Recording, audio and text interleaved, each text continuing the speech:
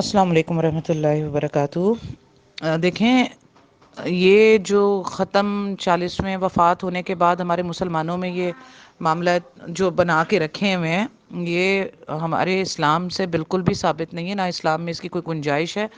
اس سے یہ بات کہ آنے والے لوگوں نے یہ 200 300 سال پہلے یہ چیزیں بنائی ہیں، ختم شروع کیا ہوا تھا جس کا ختم کرنا ہے؟ ایسا کچھ شروع ہوا تھا؟ تو یہ سب چیزیں جو ہیں بالکل بھی نہیں ہیں اسلام میں۔ 40واں برسی اور یہ کل جمعراتیں، یہ ساری چیزیں بالکل اسلام میں نہیں ہیں، اسلام کا اس سے کوئی تعلق نہیں ہے۔ نبی صلی اللہ علیہ وآلہ وسلم نے اپنی بیٹیوں کو اپنی زندگی میں دفن کیا، ان کی نماز جنازہ پڑھائے، سب کچھ کیا۔ 3 دن سے زیادہ سوگ نہیں ہے، اور بیوہ کے لیے 4 مہینے 10 دن کا سوگ ہے۔ اس کے علاوہ ان ساری چیزوں کا کوئی ثبوت نہیں ہے۔ یہ بات کہ آنے والے لوگوں نے خود گھڑے ہیں مسئلے، اور خود بنا کے، اور اپنی دکانیں چلانے کے لیے، کھانے کھانے کے لیے، اور اس ٹائپ کی چیزیں پیسہ کمانے کے لیے یہ کہ لوگ قرآن خوانیاں کروائیں۔ قرآن خوانی بھی ثابت نہیں ہے، یہ بھی بدعت ہے کرنا۔ کیوں؟ کیونکہ آپ اللہ کے کلام کو، دین کو نبی صلی اللہ علیہ وسلم کے روح سے سمجھیں گے، جو نبی صلی اللہ علیہ وسلم نے سمجھایا ہے۔ ادروائز آپ قرآن جس پہ نازل ہوا ہے، وہ آپ کو نہیں بتائے گا کہ قرآن خوانی کرنی ہے آپ نے فوت ہونے والے کے لیے۔ نبی صلی اللہ علیہ وسلم نے اپنی بیٹیوں کی قرآن خوانی کی ہے؟ صحابہ کرام نے اپنے فوت ہونے والوں کی قرآن خوانیاں کی ہیں؟ ختم کی ہیں؟ پھر سورہ فاتحہ پڑھتے ہیں بیٹھ کے کھانے کے اوپر۔ سورہ فاتحہ جہاں پڑھنے کا حکم ہے کہ امام کے پیچھے سورہ فاتحہ پڑھنی ہوتی ہے، چاہے جہری نماز ہو یا سری نماز ہو، امام کے پیچھے سورہ فاتحہ پڑھنی ہے، وہ حدیث ہے، وہ نہیں پڑھیں گے۔ اور جہاں حکم نہیں ہے، بدعت ہے، وہاں کھانے کے اوپر سورہ فاتحہ پڑھ کے تو جی ختم دلوا رہے ہیں۔ اور شروع کیا ہوا تھا جس کا ختم کر رہے ہو؟ تو یہ ساری چیزیں ان اوتھینٹک ہیں، کوئی اس کا تعلق نہیں، سب بدعات ہیں۔ اور بدعت کرنے والے کے لیے آپ صلی اللہ علیہ وآلہ وسلم نے فرمایا ہے کہ ہر بدعت گمراہی ہے، اور ہر گمراہی کا راستہ سیدھا جہنم ہے۔ تو اس لیے آپ قرآن بھی پڑھیں گے، نبی صلی اللہ علیہ وسلم کے طریقے پر نہیں پڑھیں گے تو وہ بدعت ہو جائے گی۔ اور بدعت کا میں نے آپ کو جیسے کہ بتا دیا ہے کہ اس کا راستہ سیدھا سیدھا جہنم ہے۔ لوگ کہتے ہیں ہم قرآن ہی تو پڑھ رہے ہیں، ہم کیا غلط کر رہے ہیں، ہم قرآن ہی تو، اس طرح سے ہلکا بنا کے لوگوں کو بلا کے جمع کر کے ایک سپارہ تو پڑھ، ایک سپارہ تو پڑھ، ایک سپارہ تو پڑھ، اور اس طرح سے آپ 30 سپارے پڑھوا رہے ہیں، یہ بدعت ہے، خود بنایا ہوا آپ کا عمل ہے۔ آپ اس میں قرآن کا مذاق بنا رہے ہیں، آپ قرآن کو اپنے عقل اور اپنی لاجک کے حساب سے استعمال کر رہے ہیں۔ تو یہ بالکل، اور خود جو یہ مردے کے اوپر اور مرنے والوں کے پیچھے اور آگے پڑھتے ہیں سورہ یاسین، اسی سورہ یاسین میں لکھا ہے کہ یہ قرآن زندہ لوگوں کے لیے ہے، اس کو فائدہ دے گا۔ جو فوت ہو گیا اس کا تو اعمال نامہ ہی بند ہو گیا، اس کو اب قرآن سے کوئی فائدہ نہیں ہو سکتا۔ ہاں، جو زندگی میں اس نے خود قرآن پڑھا، خود قرآن پڑھ کے گیا، قرآن کا علم دیا، قرآن کو لوگوں تک پہنچایا، عمل کیا، وہ اس کو اب قبر میں فائدہ ملے گا۔ آپ اور میں جو پیچھے، ہاں نیک اولاد جو ہے وہ ماں باپ کے لیے صدقہ جاری ہے، وہ جب بھی قرآن پڑھے گی تو آٹومیٹکلی اس کا اجر والدین کو ملنا ہے۔ اب وہ ان کو بخشے نہ بخشے، انسان تو یہاں خود بخشا ہوا نہیں ہے۔ آپ مجھے بتا دیں، حضرت عمر بن خطاب، حضرت ابو بکر رضی اللہ تعالیٰ عنہ، حضرت علی، حضرت عثمان، اور اتنے چوٹی کے صحابہ، کبھی انہوں نے یہ دعویٰ کیا کہ ہم بخشے ہوئے ہیں تو ہم بھی قرآن پڑھ کے کسی کو بخش رہے ہیں؟ کیونکہ بخش تو وہ سکتا ہے جو سپریم پاور ہو، جس کو پتا ہو کہ میں نے بخشنا ہے، اس کے ہاتھ میں ہو وہ کام، اور وہ تو اللہ کے سوا کوئی ذات اور ہے نہیں۔ تو ہم تو خود نہیں بخشے ہوئے، ہم قرآن پڑھ کے ماں باپ کو یا کسی اور کو کیا بخشیں گے؟ یہ بڑی ہی گندی بدعت ہے جو انڈیا، پاکستان اور بنگلہ دیش میں جو ہے قائم ہے۔ 40واں برسی، قل، پھل اور کھانے کے بہانے، یہ سارا کچھ یہ بالکل اسلام کا نہیں ہے۔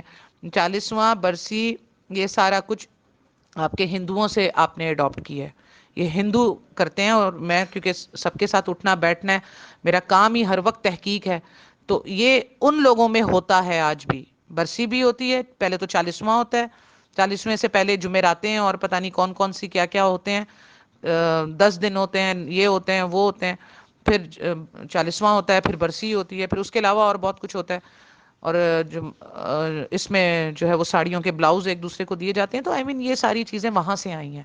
ہمارے یہاں تو گاؤں گوٹھوں میں مجھے یہ بھی پتا چلا کہ وہاں پہ پیسے دیے جاتے ہیں اس لوگوں کو، جس کا جو مرا ہے وہ دے رہا ہے غضب۔ آپ یہ دیکھیں، یہ مسلمانوں کے کام میں آپ کو بتا رہی ہوں، نام نہاد مسلمانوں کے کام، تو یہ کوئی چیزیں نہیں ہیں اس طرح کا کوئی کام۔ صرف 3 دن کا سوگ ہے، اور وہ سوگ بھی ایسا ہے کہ اس کے اندر جہاں جس گھر میں میت ہوئی ہے، آپ اس گھر میں جا کے 3 دن تک بریانیاں اور قورمے نہیں ٹھوسیں گے، ادھر آپ جا کے کچھ نہیں کھائیں گے پیئیں گے، آپ جائیں گے، پرسہ دیں گے، تعزیت کریں گے اور مغفرت کی دعا پڑھیں گے وہاں۔ یہ نہیں وہاں جا کے بیٹھ کے آپ سورہ یاسین پڑھ رہے ہیں، سورہ آپ کے ہاتھ میں جو ہے وہ سپارہ پکڑوا دیا کہ آئیں جی اب یہ پڑھیں اور پڑھ کے اس کو بخش کے جائیں۔ بالکل ہرگز یہ کام آپ نہیں کریں گے۔ آپ وہاں جائیں گے، نبی صلی اللہ علیہ وآلہ وسلم کی اتنی خوبصورت احادیث میں دعائیں موجود ہیں تعزیت کرنے کے لیے، مغفرت کے لیے، یہ دعائیں آپ پڑھیں گے، ان کو صبر کی تلقین کریں گے، ان کو صبر کرنے کا اجر بتائیں گے، اور وہاں سے آپ جو ہے 15-20 منٹ میں واپس آ جائیں گے۔ وہ آپ کو روکیں بھی کھانے کے لیے تو آپ اس رسم کو توڑیں، بولے نہیں جی الحمدللہ اللہ آپ کو رزق حلال عطا فرمائے، نہیں ہمیں جانا ہے۔ یہ کھانے کھانے آ کر رشتہ دار 2-2 مہینے 1-1 مہینے اس میت کے گھر میں آ کے کھا رہے ہیں، چائے پی رہے ہیں، ناشتے اڑا رہے ہیں، سارا کچھ کر رہے ہیں۔ 3 دن کا کھانا ہے، وہ بھی آپ کے پڑوسی، آپ کے رشتہ دار میت والے گھر کو وہ کھانا پرووائڈ کریں گے۔ اور یہ بھی بکواس بات ہے کہ چولہا نہیں جلتا اس گھر کا، چولہا نہیں جلانا، نہیں بالکل ایسی کوئی بات نہیں ہے۔ چولہا جلانے نہ جلانے کی بھائی آپ کو جو گھر میں رہ رہے ہیں وہ چائے پینے کے لیے یا اپنی ضرورت کے لیے چولہا نہیں جلائیں گے، کوئی ایسا حکم نہیں ہے کہ چولہا نہیں جلا سکتے، لیکن کھانے کا حکم سنت میں ہے کہ اس وقت ان لوگوں پہ ایسی ایک صدمے کا حالت ہوتی ہے، ایک قیامت خیز لمحہ ہوتا ہے جس سے وہ گزر رہے ہوتے ہیں، اس کا پیارا اس دنیا سے جا چکا ہوتا ہے، اس وقت وہ بڑی سخت صدمے میں ہوتے ہیں۔ اس کے اندر آپ ان لوگوں کو جا کے ادھر وہ کھانے لگا رہی ہیں عورتیں، گھر والی میت والی کھانے لگا رہی ہیں، برتن لگا رہی ہیں، پھر اٹھا رہی ہیں، پھر دیگیں خالی کر کے دے رہی ہیں، مرد بےچارے دیگیں دینے جا رہے ہیں، دیگیں لے کر آ رہے ہیں، پھر عورتیں کھانے کے بعد چائے بنا کر پیش کر رہی ہیں، مری ہوئی زندہ لاشیں بن کے وہ یہ کام کر رہی ہوتی ہیں۔ یہ کہاں کی شرافت ہے؟ اسلام کی آج شکل کہاں، جہیز نہیں تھا وہ ڈال دیا، یہ 40ویں برسیاں نہیں تھی وہ ڈال دیا، شرک بدعت نہیں تھا وہ ڈال دیا۔ آپ صلی اللہ علیہ وآلہ وسلم نے یہ فرمایا، یہ آپ کو اوتھینٹک حدیث کتب ستہ کی بخاری مسلم میں بھی مل جائے گی کہ اسلام جو ہے وہ پھر آخری وقت میں آ کے اجنبی ہو جائے گا۔ جیسے آج اجنبی ہو گیا، آج آپ اسلام قرآن اور حدیث سے کوئی بات بتائیں نا تو وہ کہتے ہیں یہ کون سی نئی بات ہے، ہم نے تو آج تک نہیں سنی، یہ تم نئی باتیں کر رہے ہو۔ تو آپ صلی اللہ علیہ وسلم نے فرمایا کہ اسلام جو ہے وہ آخری زمانے میں آ کر پھر اجنبی ہو جائے گا، جیسے اپنی ابتدا میں اجنبی تھا۔ تو آپ صلی اللہ علیہ وسلم نے ان اجنبیوں کو مبارکباد دی ہے کہ مبارک ہو ان اجنبیوں کے لیے جو اجنبی بن جائیں گے قرآن اور حدیث کو پڑھ کر، کیونکہ باقی پورا معاشرہ تو اپنی ایک ہی لکیر کا فقیر بن کے چل رہا ہوگا۔ وہ جو باپ دادا سے اور جو شیطان سے جو کام شروع ہوئے ہوں گے وہ تو اسی کو اسلام سمجھتے ہوں گے۔ تو اینڈ آخری وقت میں جو جماعت صحیح قرآن اور حدیث کا درس دے گی تو ان کو لوگ کہیں گے کہ یہ تو نئی بات کر رہے ہیں، اجنبیوں والی بات، یہ تو اجنبی ہیں۔ تو آپ صلی اللہ علیہ وسلم کی طرف سے تو مبارکباد ہے ان اجنبیوں کے لیے۔ اس لیے عمل کم کریں، لیکن وہ عمل کریں جو قرآن اور حدیث سے ثابت ہو۔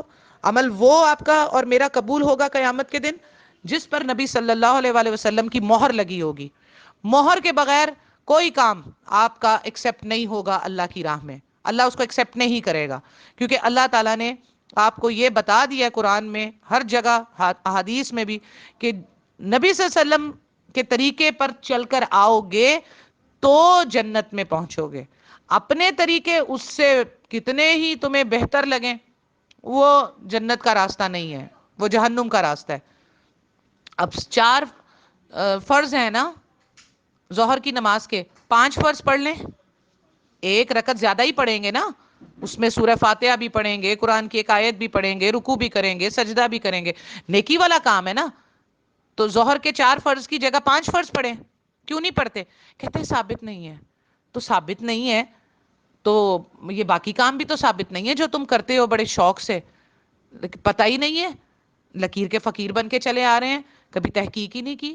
تو تحقیق نہ کرنے کا پھر نتیجہ یہ ہوتا ہے کہ شیطان بڑی خوبصورت بنا کر آپ کو بدعت تھما دیتا ہے ثواب حاصل کرنے کے نام سے، بڑا اس کو خوبصورت بنا کر، بڑا برگزیدہ بنا کر، بڑا روحانی ثواب والا کام بنا کر کے کرنے والا کہے کہ واہ جی میں دیکھو کتنا ثواب کما رہا ہوں اور تم بھی کماؤ.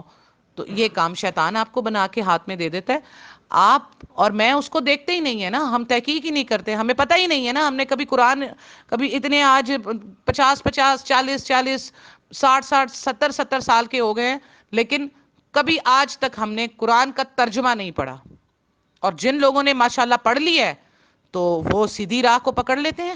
وہ کہتے ہیں پھر ہمارا باپ آ جائے قبر میں سے اٹھ کے، دادا بھی آ جائے، ہم تو تب بھی اس کی بات نہیں مانیں گے. یہ ہے قرآن کی طاقت کہ جب آپ قرآن کا ترجمہ پڑھتے ہیں آپ کو سمجھ آتا ہے. عربی تو ہماری زبان نہیں ہے، اور عرب لوگوں کو تو ترجمہ پڑھنے کی ضرورت نہیں ہے، ان کی زبان عربی ہے، ان کو تو ڈائریکٹ سمجھ آ رہا ہے. جیسے میں اس وقت اردو بول رہی ہوں اور آپ کو سمجھ آ رہا ہے، اگر میں یہی فارسی یا عربی میں بولوں تو آپ کو سمجھ آئے گا. تو ہمیں قرآن کا ترجمہ اپنی مادری زبان میں پڑھ کے سمجھنا ہے کہ یہ کہہ کیا رہا ہے، قرآن میں لکھا کیا ہے. تو قرآن میں تو ہر چیز کی دلیل موجود ہے کہ جو قبروں میں ہے، دفن ہے، ان کو تو یہ بھی نہیں پتا کہ اٹھائے کب جائیں گے. ہم یہاں جو ہے کہتے ہیں بابا ہم بڑے گناہ گار ہیں، بابا اللہ کے آپ نے ایک بندے تھے، آپ اللہ کے سے دعا کرتے ہیں. یہ قبر کے پاس، ہم مزار کے پاس کھڑے ہو کے یہ کہہ رہے ہوتے ہیں کہ جیسے بابا سن رہا ہے. جہاں آپ نے یہ بات کی بابا سے مرے ہوئے، آپ نے شرک کر دیا، کیونکہ آپ نے اسے سننے والا سمجھا، اللہ کے ساتھ شریک کر دیا. کیونکہ اللہ سنتا ہے، اللہ زندہ جاوید ہستی ہے، آیت الکرسی اس کا ثبوت ہے. اب آپ نے بابا سے یہ کہہ دیا. اور دوسرا آپ نے یہ کہا کہ آپ نے کہ میں تو گناہ گار ہوں، میری بات نہیں سنتا، جبکہ سورہ الزمر آیت نمبر 53 میں گناہ گاروں کے لیے پیکج دیا ہے اللہ نے کہ جو گناہ گار ہے نا وہ بھی مجھے پکارے، میں ان کو بھی معاف کروں گا، وہ مجھ سے بات کریں ڈائریکٹ، میں ان کی شارک سے زیادہ قریب ہوں. سورہ زمر پیکج ہے گناہ گاروں کا. میں سب کو بتاتی ہوں، اگر آپ کو پیکج چاہیے اللہ تعالیٰ سے اپنے گناہ بخشوانے کا، کسی کا وسیلہ نہیں ہے، کسی کا واسطہ نہیں ہے. جن بزرگوں سے آپ جو مر گئے، ان سے آپ جن کو مخاطب کر کے کہہ رہے ہیں کہ یہ اللہ کے نیک بندے تھے، اللہ ان کی سن لے گا، ان کی سن کر ہمیں معاف کر دے گا یا ہماری دعا قبول کر لے گا، تو قرآن اس کی نفی کر رہا ہے. سورہ زمر آیت نمبر 53 میں کہ گناہ گاروں میں تمہیں معاف کرنے والا ہوں، تم نے جو زیادتیاں کی ہیں، اپنے اوپر گناہ کیے ہیں، اپنی نفسوں پر، مجھ سے طلب کرو توبہ، میں تمہیں معاف کروں گا. پیکج ہے. لیکن نہیں، قرآن میں پھر دوسری جگہ سورہ نحل میں اللہ تعالیٰ فرما رہا ہے کہ یہ جو قبروں میں دفن ہے ان کو یہ بھی نہیں پتا کہ یہ اٹھائے کب جائیں گے. لیکن ہم انہی بابوں کو کہہ رہے ہوتے ہیں جی آپ اللہ سے کہہ دیں، آپ اللہ کے نیک بزرگ ہیں، ہماری نہیں اللہ سنے گا، تاڑی سن لے گا، ساڑی نہیں سندا اللہ. تو یہ ہمارا حال ہے. وجہ قرآن سے دوری، علم سے دوری. وجہ علماء سو، گمراہ لوگوں کی باتیں سننا. قرآن کو ایک دفعہ خود پڑھیں، آپ کو خود عالموں کی تمیز ہو جائے گی کہ کون سا عالم سچ بول رہا ہے، کون سا جھوٹ بول رہا ہے. آپ کو قرآن یہ بتائے گا. یہ اتنی بڑی طاقت ہے قرآن، ہر امتی کے ہاتھ میں دیا ہوا ہے، لیکن ہمارے گھروں میں مٹیوں میں پڑا ہوا ہے، اوپر ایسی اونچائی والی جگہ پہ رکھا ہوتا ہے کہ کوئی سیڑھی یا کوئی سٹول لانا پڑتا ہے اس کو اتارنے کے لیے. اور باقی ڈیکوریشن کی چیزیں، فریج، ٹی وی، یہ وہ ایسے بالکل کہ یوں ہاتھ یوں کریں اور چلا کر اپنی ضرورت حاصل کر لیں. لیکن قرآن ایسی جگہ رکھا ہے کہ جس کو مٹیوں میں پڑا ہوا ہے، جس کو اتار کے چڑھ کے اتارنا پڑتا ہے. تو یہ ہماری جو ہے، ہم اتنی عزت کرتے ہیں، اتنی عزت کرتے ہیں کہ بس اس کو وضو کے بغیر ہاتھ بھی نہیں لگاتے. تو بس یہ حال ہے ہمارا. اللہ سبحانہ تعالیٰ ہم پر رحم فرمائے. تو یہ آپ کا جو مختصر، ابھی تو میں نے کچھ 2 4 چیزیں ساتھ میں اور بھی بیان کر دیں، لیکن یہ بڑا لمبا ٹاپک ہے. اس کے اوپر کہ یہ 40واں اور برسیاں اور یہ ختم اور سورہ فاتحہ پڑھنا اور یہ پڑھنا اور وہ پڑھنا. ایون میں آپ کو یہ بھی بتا دوں کہ آپ قبرستان میں جا کر قرآن بھی نہیں پڑھ سکتے. یہ ثابت ہی نہیں ہے کہ نبی صلی اللہ علیہ وسلم نے قبرستان میں جا کر قرآن پڑھا ہو یا صحابہ کرام نے قرآن پڑھا ہو. یہ قرآن اور حدیث سے میرا چیلنج ہے پوری عالم اسلام کو کہ کوئی ثابت نہیں ہے. لیکن ہمارے قبرستانوں میں قبروں کے اوپر باقاعدہ قرآن لکھا ہوتا ہے.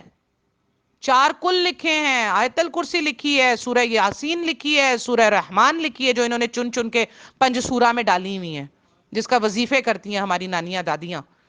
وہ قبرستان قبروں کے اوپر لکھے ہیں، اور کتے انہی قبروں پر پیشاب کر رہے ہوتے ہیں. آنکھوں سے دیکھا ہے میں نے، پوسٹ بھی کیا، وہ ویڈیو بھی پوسٹ کی، شیئر کی.